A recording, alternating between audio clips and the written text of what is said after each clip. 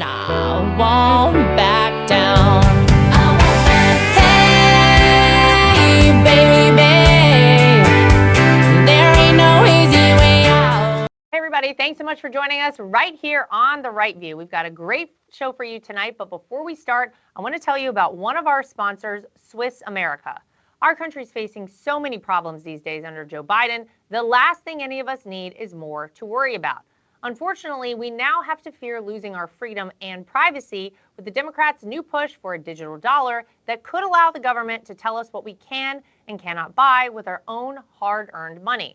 That's why I'm encouraging every one of you tuning into the show right now to get The Secret War on Cash, an insightful report created by my friends at Swiss America. With this report, you'll learn how to protect yourself from the threats facing our freedom and your hard-earned money. The report is available right now to my listeners free of charge. Just call 800-289-2646 or visit www.swissamerica.com/Trump for your free report. Tonight, we are joined by editor-in-chief of the Post Millennial, one of our favorites, Libby Emmons, as well as Turning Point contributor, my good friend, Erin Elmore. Welcome, ladies. You know, we've got a situation down at the southern border. Some would say we're being invaded, Libby. I think that would be a justifiable thing to say. We recently have seen a lot of problems as a result of Joe Biden and Kamala Harris, who I'll remind her is the border czar. They're wide open southern border. It's a big problem. And one of the things that has occurred recently, which I found rather shocking, is that a U.S. District Court judge named Sharon Coleman, this is a lady in the Northern District of Illinois, dismissed charges against an illegal immigrant who possessed a firearm. Now, typically, I am obviously a very big Second Amendment person, and I think that, you know, we can all agree that if you are a United States citizen, that is your right. When you are not a United States citizen, however, Libby, I find it a little problematic that we are now saying that if you are an illegal immigrant and you break our law to come here, it's okay, this judge says in Illinois, that you can possess a firearm now. It says the court finds that this individual had no criminal record containing no improper use of a weapon, as well as the nonviolent circumstances of his arrest, did not support a finding that he posed a risk to public safety such that he cannot be trusted to use a weapon responsibly and shouldn't be deprived of his Second Amendment right to bear arms in self-defense. Libby, what's Second Amendment right if he's not a United States citizen? What are we doing? Yeah, it's not just that he's not a United States citizen, although certainly I agree with you that that's part of the problem. This is a person who committed a felony by crossing the border illegally. Right. This is a criminal. Why are criminals being allowed to possess firearms? Criminals who are not citizens should not be entitled to carry weapons around, especially firearms in the United States. I find this ruling absolutely insane. What's even more insane about it is that you have an administration right now and you have a sort of standard Democrat perspective that guns are the problem, not people, that guns are the problem. Yet in this case, you know, and they're keeping guns out of criminals' hands. We just saw the Biden administration and Kamala Harris come out with this whole thing to enforce more red flag laws across the country. But for some reason, committing felonies is not a red flag. It's very perplexing. And it's just part of what you say is this takeover of the United States, this like willing, intentional, perpetuated takeover of the United States by Democrats and Biden and this whole push of illegal immigrants into the U.S. I'm with you on this. It's absolutely insane. This ruling makes no sense. Yeah, and Erin, I mean, what could possibly go wrong? You literally have millions of people who have illegally come into this country via our southern border. And now this judge is saying, you know what, it's okay for these people to carry firearms. I can't possibly think of what could go wrong in a situation like this. Obviously, this could become a huge problem. Imagine things go further than just this one individual with a gun. I'm going to guess that all the gang members who are coming up through the southern border, MS-13, and all the rest of them also possessing guns. What happens when all these people arm themselves? Then what are we going to do? It's going to be a massive problem. But when you dig into this case further, the language is very interesting because it doesn't really get into the fact that this guy seemed to have other charges on his record. It's not like he was minding his business and oops, just so happened to have a firearm, right? This was a person that ended up in the system for other reasons. And when you dig even further, it looks like this all started in Chicago. Now, we all know that Chicago has some of the strictest gun laws in our country.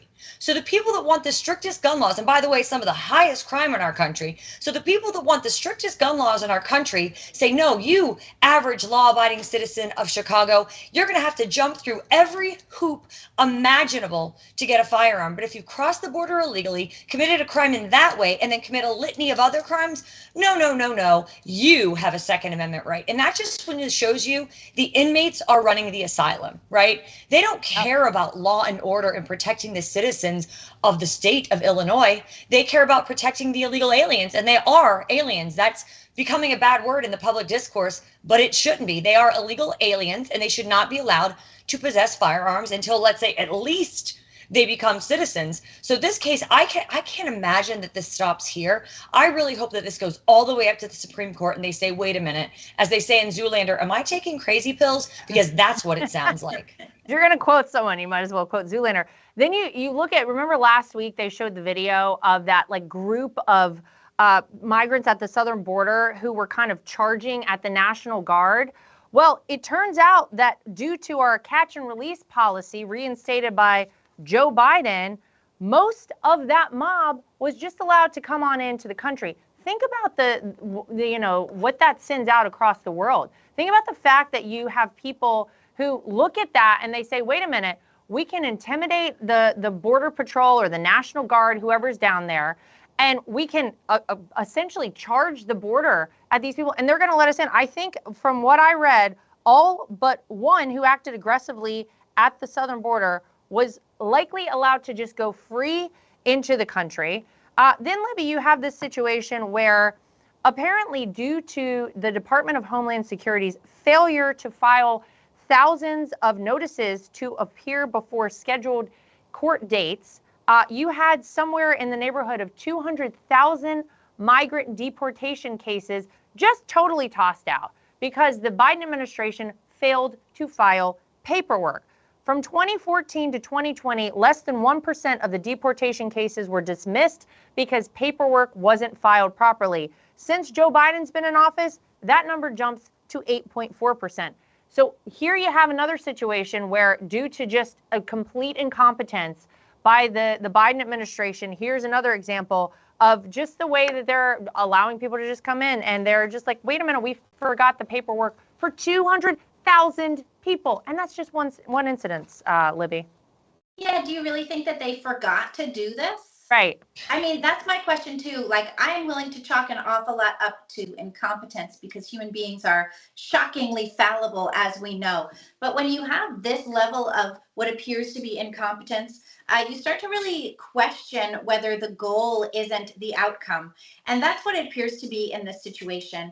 You have illegal immigrants, or as Erin calls them, aliens coming in from all over the world, storming across the border, being let in. You have the Biden administration encouraging this behavior. And we have to be clear about that. This is the administration that put together an app so that people from specific horrible countries where everything is going right down the drain can make an appointment to enter the country illegally. Right. They can make an appointment. They can be given permission to fly here and surrender themselves at a port of entry. You have an administration that won't even tell us what airports they're flying in from or where they're landing. We already have seen, there was a report out that said this is a security risk and that the administration doesn't want to tell us where they're going because of security vulnerabilities at those airports. So I wonder if the Biden administration really neglected to file this paperwork or if they intentionally did not file this paperwork because they wanted these cases to be dismissed, because they want these people here illegally. We see repeated rhetoric from the Democrats about how illegal immigrants are required in order to do the work that nobody else wants to do.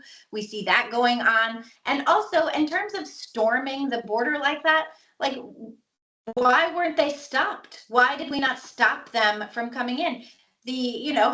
there's no problem stopping people at the Capitol apparently and pulling out your weapons and shooting them.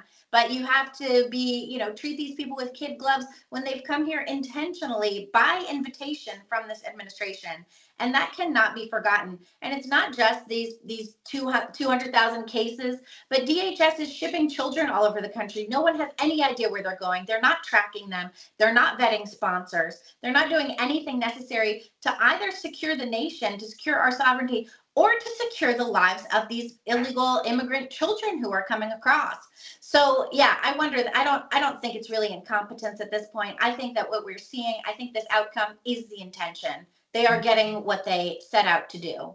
Yeah, and Erin, on that note, the intention. People really want to know, why would you do this? Why would you have the border open? Why would you open America up to the fentanyl deaths?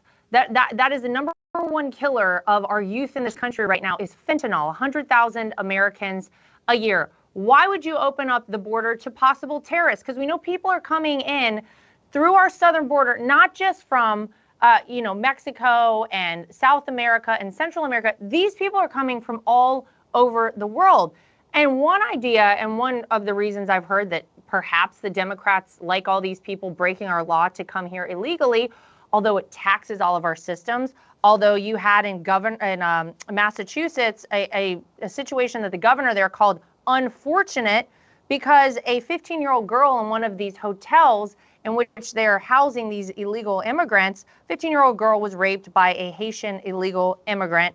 And the governor of Massachusetts, Maura Healey, called it unfortunate. Yeah, that's unfortunate. It's unfortunate the trek that these people have to go through to get to America, how many people die, how many women are sexually assaulted or raped on their way here. People say, why would you do this? Why would you put all of this pressure on America and tax all of our systems and leave 15-year-old girls open to being raped in hotels? And some people say it's because they want voters on the Democrat side. I would say that's probably right, because they know they're losing out a lot of their traditional voting blocks in the United States right now. The other thing that's interesting to consider, and I didn't know this until very recently, is that apparently in the United States Census, it doesn't matter whether you are a legal citizen or illegal, you are counted as a citizen of the area where you are living. So all of the blue states like New York, like California, who have actually lost representation in the House of Representatives because people are fleeing these states for red states like Texas and Florida, who have picked up congressional seats. They are, I guess, banking on the idea that so many illegals come in and live in these areas that it bulks up their population enough to win back some of these seats. And I guess maybe at some point they think they will forever and in perpetuity hold the majority in the House and the Senate and win presidential elections. What do you think about that idea? Because for the life of me, I can't imagine why you would put the United States in such a bad spot like the Democrats are with this open southern border. Yeah, the issue with the census is one that most of us hadn't heard of until recently, and it makes perfect sense because of the population migrations. And it sounds like that's exactly what they want to do. It's all about winning this presidential election as well, and by any means possible. And if you think about it, these people are getting on Medicare and Medicaid, and to get on Medicare and Medicaid, you need an ID. So once they have an ID, it's sort of like a backdoor way into citizenship. So if you see the comments of liberals fighting online, they're like, they won't be able to vote. And we're like, yes, of course they will. Moreover, there's no ID requirements in all of these liberal states. So let's say we're trying to cross-reference and check ballots in New York, and they just go to a migrant camp and take, I don't know, 500, 1,000, you name the number of vote. How are we going to have the ability to check that? So when you remove checks and balances, it's going to be a very scary time come November, because we know that immigration is the #1 issue, according to the recent Gallup poll, for the American people. And they're not polling Arizona and Texas and Southern California, all 50 states. This is a concern everywhere, because we know there's no such thing as a border state anymore. We know that fentanyl is in all 50 states. We know that sex trafficking has occurred through all of the states. Children are being sent, as indicated, all over this country without vetting for God knows what purposes. So this is actually a terrifying proposition, and I really hope that we can at least get through November before they try to make this all happen. But at this point, there's no other reason than getting voters, unless they just tacitly want the destruction of America. Well, Well, the thing with the census too is Trump had an executive order that said that illegal immigrants should not be counted in the same way. That should be a separate count in order to prevent this exact same thing. And Biden reversed it in his very first Of days in course. office. yep, there you go. Cut the Keystone XL pipeline and reverse that policy. And now look at where America is. It is a complete disaster here. You know, one of the states I just mentioned, Libby, is in New York. And I used to live full time in New York. I moved my family to Florida, like a lot of people, because quite frankly, I couldn't stomach living in New York very much longer. It's a disaster up there. And quite frankly, it didn't feel safe for me to raise a family there. A recent survey of 6,600 New York City residents showed that the city has become more dangerous. This is according to people who live there, and a worse place to live over the past 6 years. When people had to rate their life as being good or excellent in the city of New York, it fell from 50% 6 years ago to 30%. Only 30% of people think that their life is good there. Here are some other key takeaways from this. New Yorkers only feel slightly safer riding the subway during the day now as they felt riding it at night in 2017. So they're feeling less safe on the subways. Of course, Eric Adams is the mayor of New York. This is a former law enforcement officer who everybody thought was going to come in and clean up the city. Obviously, that didn't happen. More than 3/4 say they don't feel safe riding the subway at night at all right now. More people say they're worried about cleanliness, garbage collection, and rat problems in their area. Oh my gosh, they're also increasingly dissatisfied with traffic, bike, pedestrian safety, and only 11% said the city spent tax dollars wisely. 11%. I mean, I'll tell you what, New York is not looking up, and they're not doing themselves any favors by the fact that they are a sanctuary city. That is probably adding to a big part of this issue. Yeah, I mean, as a former New Yorker yourself, as a former New Yorker myself, I watched the quality of life starkly decline. It started with Bill de Blasio, and it was very stark. In 2019, before the pandemic, I had on occasion ridden the subway home at 3 o'clock in the morning with absolutely no compunction or qualms about my safety. My only concern was that the trains were probably not going to run on time at that time of night. I watched it go downhill incredibly quickly during the pandemic and, of course, afterwards. And New Yorkers care about quality of life. That's the only thing that matters, is that you can walk around safely, you can leave your tiny apartment and not get stabbed. And that has really been reversed. The trash is crazy. There's trash everywhere. There's a rat problem. Rat problem. Yeah, I mean, it's really gross. I don't blame New Yorkers for having these concerns, and the city really should have been cleaned up. This should never have happened. People voted in Eric Adams because he was really the only option. You don't see the Republican Party getting behind Republican candidates in New York. They just leave New York and some of these other blue cities, they just leave them to die on the vine. And it's a shame because I think New Yorkers would be open to new kinds of leadership. They certainly were with Giuliani and certainly with Bloomberg as well, which, was such a great 1-2 punch that cleaned up the city. And this is not the way that the, the greatest city in the world should not be treated like this. Yeah. It's so sad. And then you look at these problems, Erin, and these are obvious. These are physical issues. You look out, you see rats, you see garbage, you see obviously a lot of issues. You don't feel safe. But then you have situations like the guy Daniel Penny, who don't forget was trying to protect people on the subway because obviously people aren't feeling safe on the subway right now. This guy is being charged with murder for trying to protect the rest of the people on the subway. You compound that with people like Letitia James, the Attorney General of the state, who we all know has a political vendetta against Donald Trump, doesn't care anything about the safety of people in New York. Alvin Bragg, in a similar fashion, letting people out of jail. You could just rob a CVS or Walgreens, walk free the next day in Alvin Bragg's New York. And yet, you see that people are fleeing the city. I wonder why. These sort of things don't help the situation either. No, and I was thinking about a talking point that you hear from Democrats on liberal media. What they are now saying, and this is very important, they are now saying that crime is down in all major cities. Well, you know why? So New York, Phoenix, LA, and several other major cities have stopped reporting to the Bureau of Crime Statistics with the FBI. Wow. So there's an illusion that crime is going down. because they're just no longer reporting to the national database. Additionally, they are not prosecuting crime because you have these Soros liberal district attorneys that let murderers off. They don't even prosecute crime anymore. So it's an illusion of crime going down. And that's why it's so important, those statistics you cited, where it's actually saying what the people think. There is so much gaslighting from the mainstream media and Democrats in general. And then you have these people at home that are saying, wait a minute, Joe Biden's on television telling me this is the best economy we've had and that our cities are safe.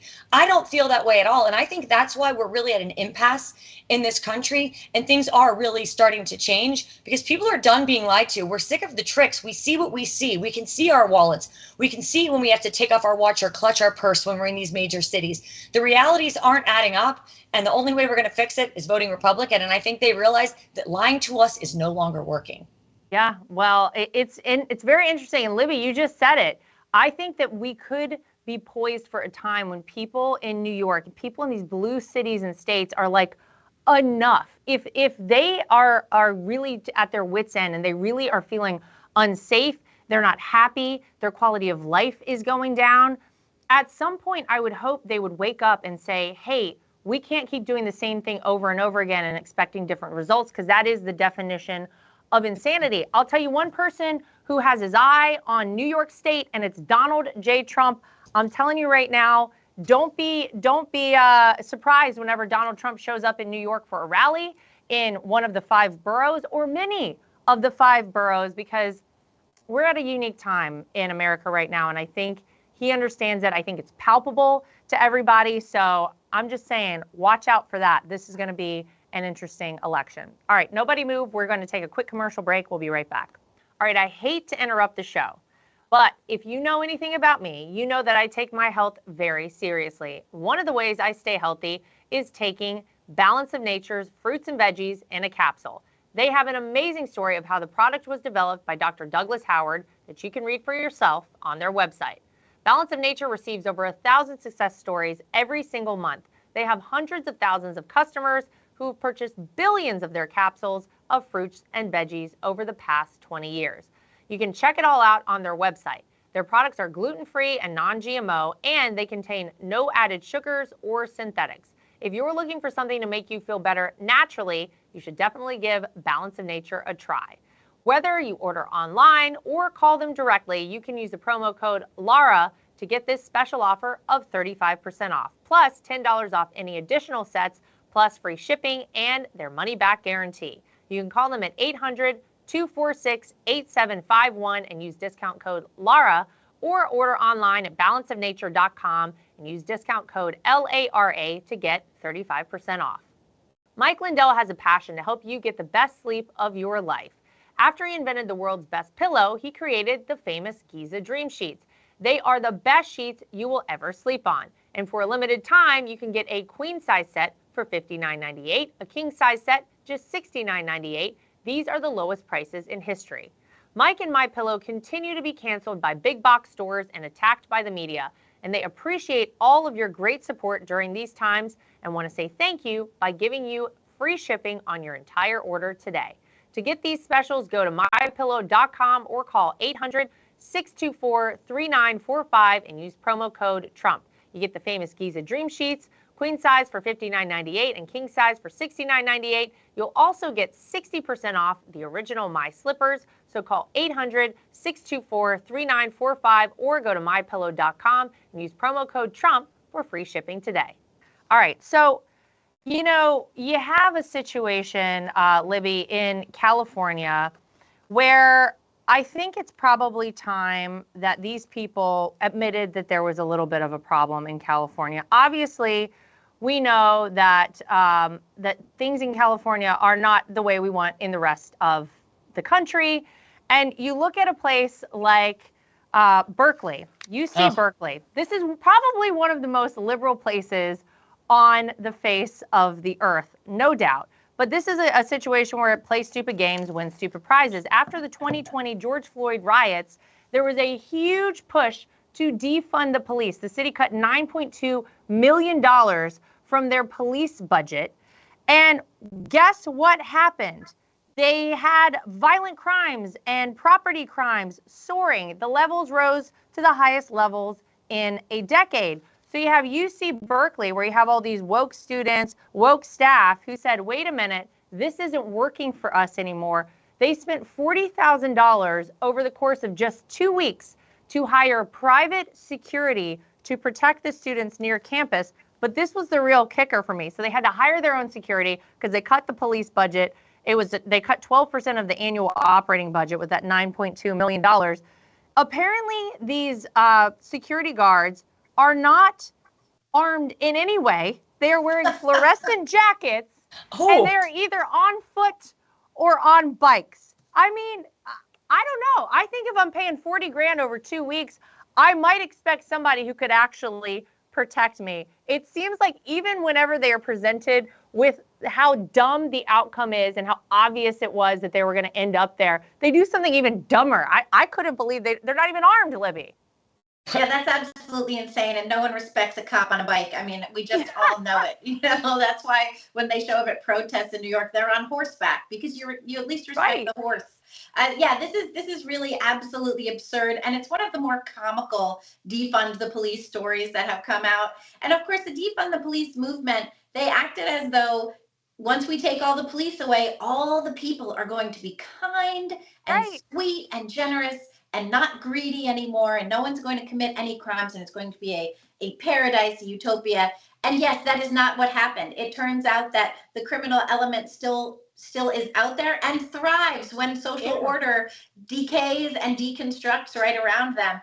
I won't be surprised if a Berkeley student ends up killed because of these kinds of things. We've seen that in New York. You know, Columbia students have been killed, NYU students, and it's really, of course, very tragic and a terrible thing. But people should know that social order is necessary. It's necessary that we protect each other. It's necessary that we enforce our laws. And anyone who thinks otherwise just has to go look at the crime rates going around the country. As Erin was talking about, you know, there has been a dearth of reporting. Meanwhile, you have the federal government under Joe Biden encouraging more hate crime reporting. So we see every time you see, you know, a spike in hate crimes, it's because they are reporting more hate crimes that are not really crimes once you actually go ahead and dig into them. And you see that, you know, someone called somebody else a bad name or something like that.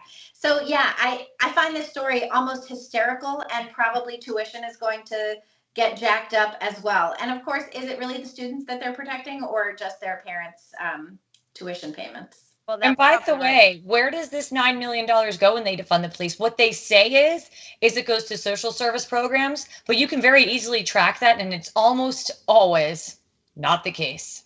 Well, Erin, I was going to ask you, would you ever send your son to UC Berkeley? I was just thinking about that while you guys were talking. I was fantasizing about the no thank you. I honestly, that's what I was like, if they had some really great golf program, would we even do it? There is no way, unless hell were to freeze over and they were to get a bunch of MAGA professors, would I ever send my son to Berkeley? First of all, it's dangerous. And second of all, he's a white male. He will be told that he has no value and that he's got white privilege and that he's mansplaining. And I just really don't think that there's any place for us there. Right now, University of Florida is looking really, really good. DeSantis cleaned that place up. We got Ben Sass in there. They got rid of, I think, $30 million in DEI budget. So I think we have some colleges that are waking up and saying, there's a market here. There are people that want to participate in a system where they can actually go to college and don't come back hating us and the parents being bankrupt. I hope that some people out there are paying attention, because we definitely need more of that. My kids have a way to go. Libby, you have like a college-age kid or close, right? He's getting there. He's getting there. He's a middle schooler, but yeah, I mean, we're seeing that down the road for sure. It's terrifying. I wonder about that. He said to me that he wants to go to the same schools that I went to, and I'm just like, I don't think you do. It's sad. It's so sad that we're just not the same anymore. Right. Yeah. I don't even know if I had a kid who was about to go into college, I would be horrified right now as to what to do. Okay, so everybody knows that I'm a crazy workout person. Erin probably more so than anyone. So Planet Fitness has a motto, and you always see it like on their ads. They call themselves the judgment-free zone. Apparently that really extends out. Like, they really take that seriously, because in Fairbanks, Alaska, at one of the Planet Fitness locations, there was a woman, Patricia Silva, who said she encountered an individual whom she described, quote, as a man with a penis Sounds right. While visiting a Planet Fitness location in Fairbanks, Alaska, she saw this man shaving in the women's bathroom. And the craziest part to me, Erin, is that instead of going into the women's bathroom and saying, "Sir, excuse me, this is slightly inappropriate for you. We know you might feel like you're a woman." But by the way, if you look up a photo, I don't know if everybody can see this. This is the guy. It's not even a guy who's trying to dress like a woman. That's a dude. It's a dude shaving in a women's bathroom. And the lady says there's a 12-year-old girl in the ladies' room there. You're supposed to be able to shower, to change in front of a locker, to feel comfortable, not when there's a dude who's shaving there. Planet Fitness, instead of addressing this problem, I guess took the woman's membership away, they say, for violating their mobile phone policy. Here's what they say, Erin.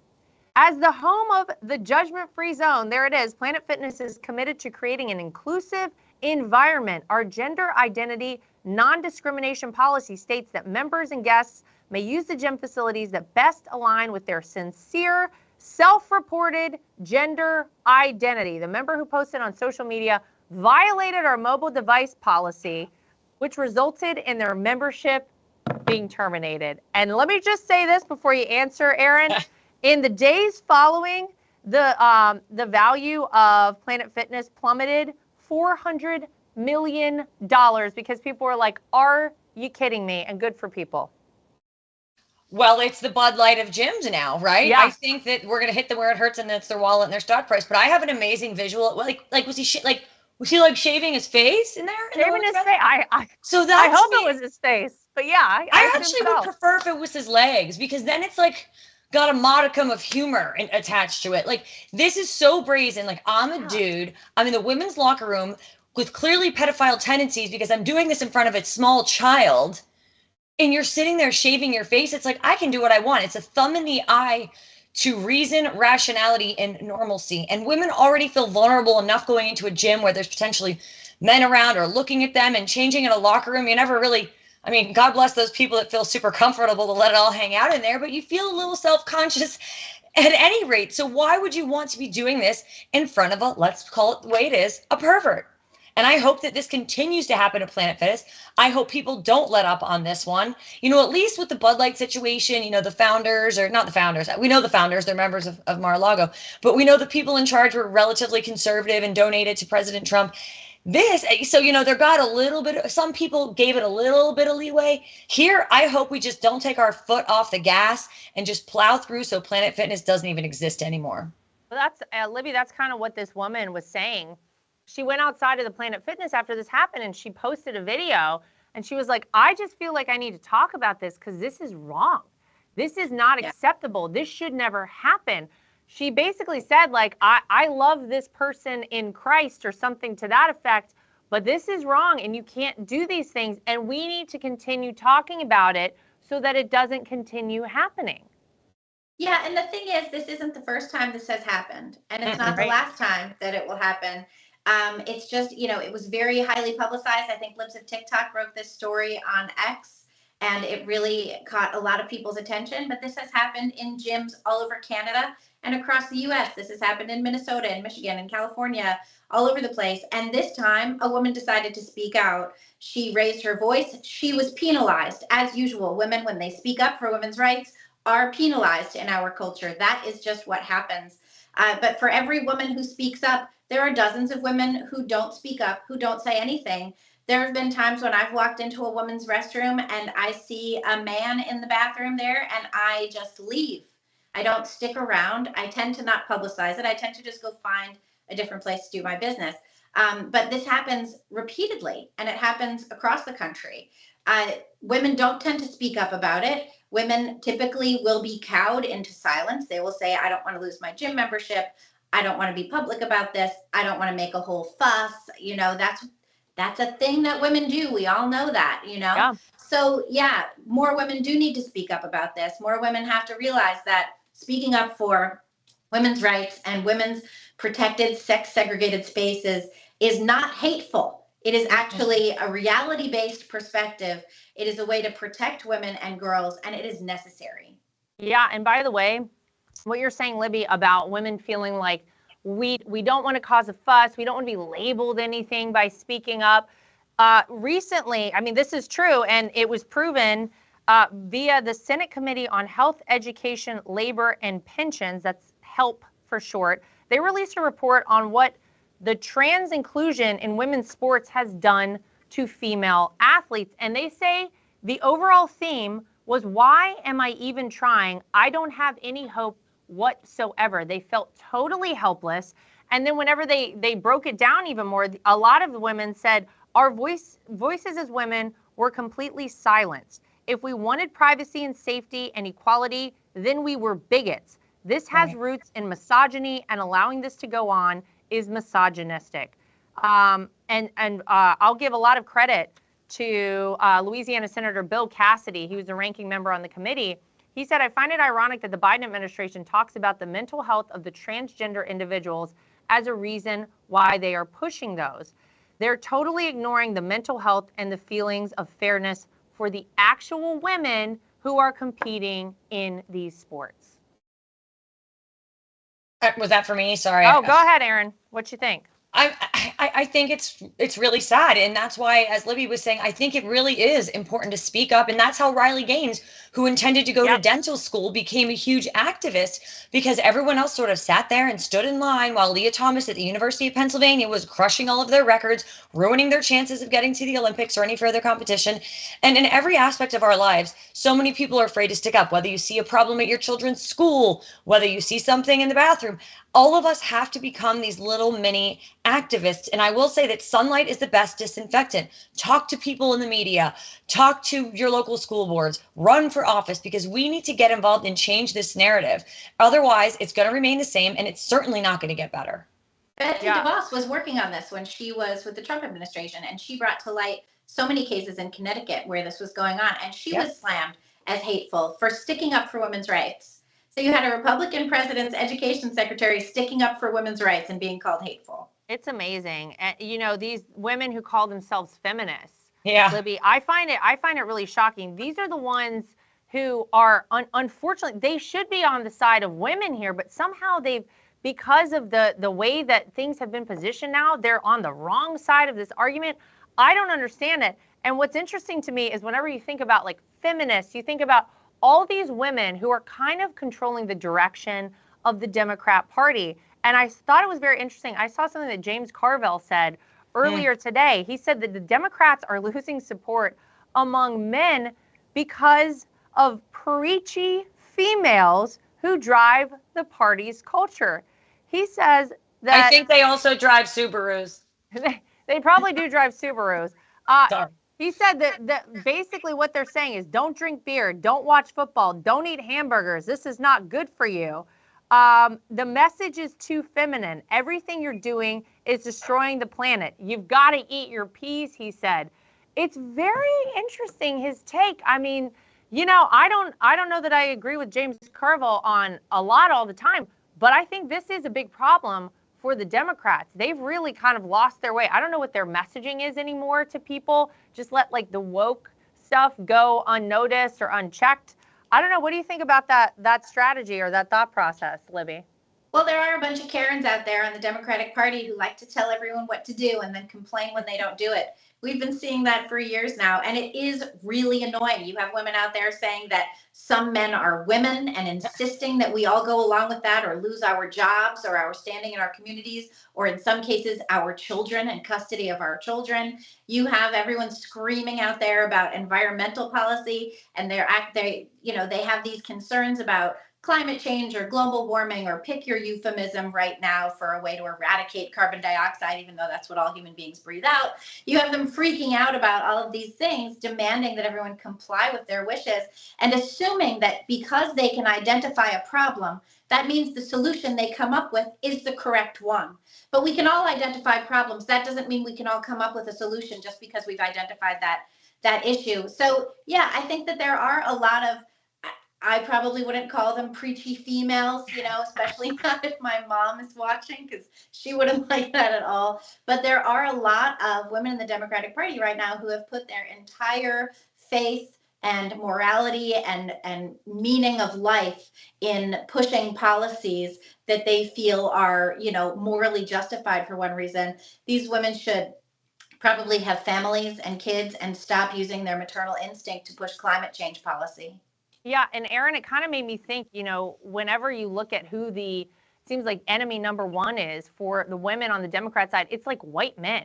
Like if you're if you're a masculine man, like forget it. They want to break you down. They want to feminize you. They want to neuter you. All of these things.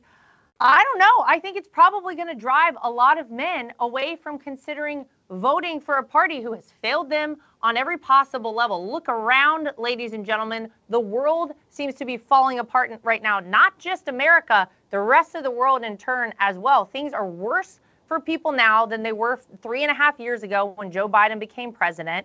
And then on top of that, they're telling you that if you're a guy and you want to be like a guy's guy, there's something wrong with you. I think it's probably going to drive people away from the Democrats, and we're happy to welcome you over here to vote for Donald J. Trump. What do you think, Erin?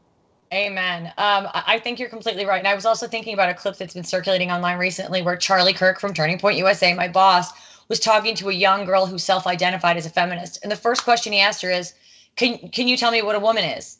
And she wouldn't even answer the question. So the basic tenet of being a feminist is you're for women's rights. And the women that fought so hard for those rights in the 50s and 60s and 70s and even further back really should be quite angry right now, because we are not advancing the causes of women at all right now, especially with mixing in that sort of trans agenda. Because right now it's the most successful athletes that are women are men. And what is that doing? It's not keeping us in any positions of power in terms of sports or getting further ahead. So it's really quite funny. And back to James Carville, listen, I'm a hardcore Republican. I used to like the Raging Cajun. I thought he was pretty funny and had a sort of soft demeanor about him. And his wife, Mary Matlin, used to be a big Republican. I should look up what's happened to her. But everything he's saying is completely right. I just wish he would have added one word about these women. They're not just preachy, they're irrational. And what is bringing people to the Democrat Party right now? Like, what is it that's bringing one there? Like, great question. Sometimes it's like, well, I'm gay, so I have to be, or I'm black, or I have to be. So it's all identity politics for people who haven't really thought for themselves. Wait a minute, I can be anything and be a Republican. All I want to do is have $2 gas, low inflation, get ahead in life, get jobs based upon my merit. And what are the Democrats offering? Emotion, irrationality, and identity politics. Like, not so great. Amen. All right. Well, everyone's welcome to come join this side of the aisle. It is never too late to make the right choice, to vote the right way, to save America. We're welcoming everyone over here. Libby and Erin, thank you both so much for joining us here on The Right View tonight. To everybody at home, as always, thank you for joining us. Make sure you like, subscribe, share, and follow. We'll see you back here next time for more of The Right View. And I won't back down. Hey, baby, there ain't no easy way out. Nothing is worse than being on a phone call that drops. Nothing is worse than trying to text someone and you can't reach them because your phone is out of service range. And nothing is worse than supporting these major corporations and companies who don't support us. That is why I love Patriot Mobile. They are America's only Christian conservative wireless network. They use every cell tower out there available to all networks so that they have the greatest 4G and 5G coverage nationwide, and they support the causes that are important to us as conservatives. If you go today to patriotmobile.com/Lara Trump and use the promo code Trump, you will get free activation today. Again, that is patriotmobile.com/Lara Trump. The promo code is Trump for free activation.